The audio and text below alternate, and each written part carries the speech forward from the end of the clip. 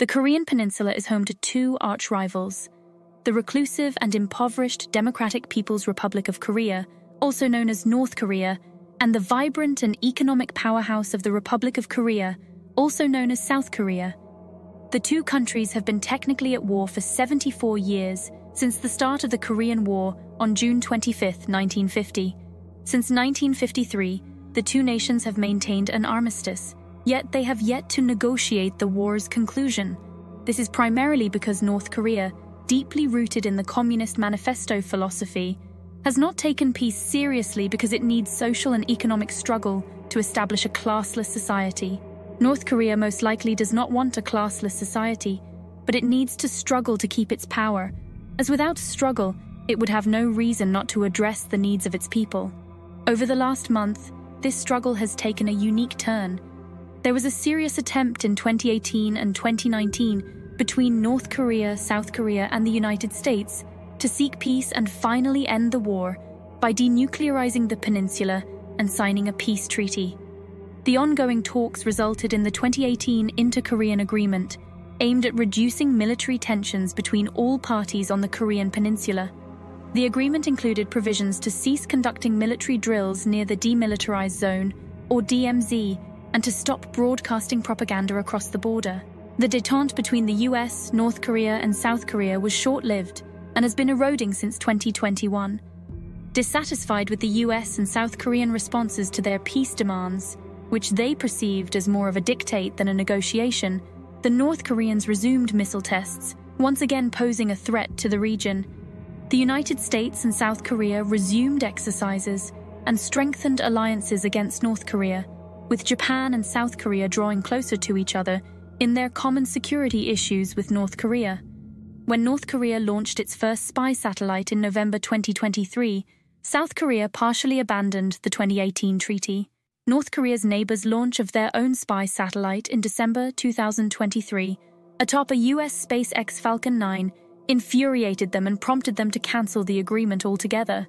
The situation in Korea worsened as both parties chose sides in the Ukraine war, which began in February 2022.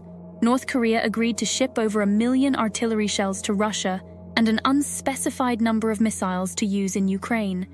South Korea, for its part, reached agreements with NATO countries to sell arms to their countries as part of a resurgence in NATO countries rearming after the Russian invasion.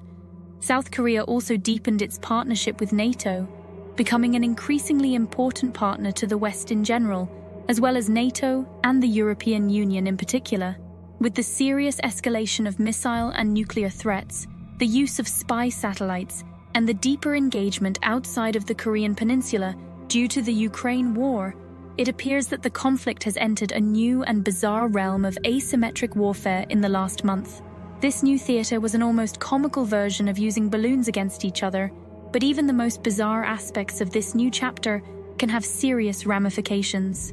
South Korean civilians have been launching balloons that have wind directions that would carry the balloons across the DMZ. The balloons launched from South Korea included small packages from defectors from North Korea and South Korean activists. The balloons carried food, medicine, money, anti-North Korean messages, and USB sticks with South Korean K-pop and popular drama shows. This was not a new campaign and has been ongoing as the situation eroded from the 2018-2019 détente. This week, the North Koreans responded to the South Koreans' balloon campaign with their own. The North Koreans had at least 260 balloons that carried bags of trash and manure. The South Korean military dispatched wearing protective suits needed to test for explosives, chemical, or biological agents due to the unknown nature of the balloons and the mutual suspicion between the two countries. Despite finding none, South Korea responded harshly. Although North Korea agreed to halt the balloon launches, the damage had already occurred. South Korea suspended the 2018 agreement and announced that it would begin using loudspeakers along the DMZ to blast news and K-pop into the north. More seriously, it stated that it would also conduct military and artillery drills close to the border.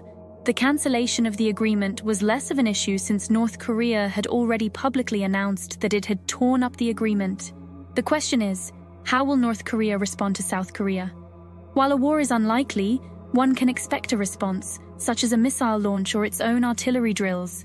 The impact of something as odd as balloons has created another crisis, albeit a relatively minor one on the peninsula's scale, that will have more repercussions on the 74-year struggle.